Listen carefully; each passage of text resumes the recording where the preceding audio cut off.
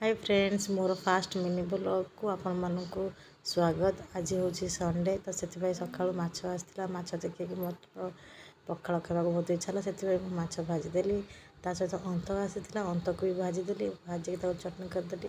आपण मैंने अंत भाजिक चटनी कर खाइबे ना पूरा पिता सुखा भाया टेस्ट आसो।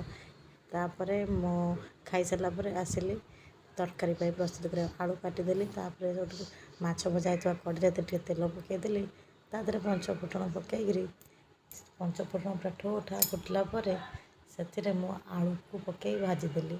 तापर आलूटा पूरा नाली होगला से बाटी बेसर को ढालीदेली।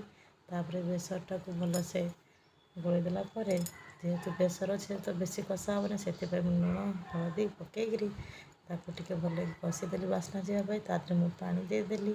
तापर ताकू घोड़ेदेली किसी समय गलापर से मु माछ पकईदेली भजा माछ को।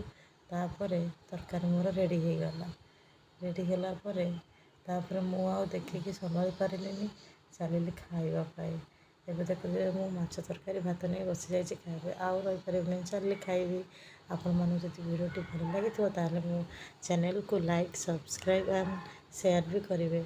मोर नुआ वीडियो को सपोर्ट करेंगे। रोज बाय।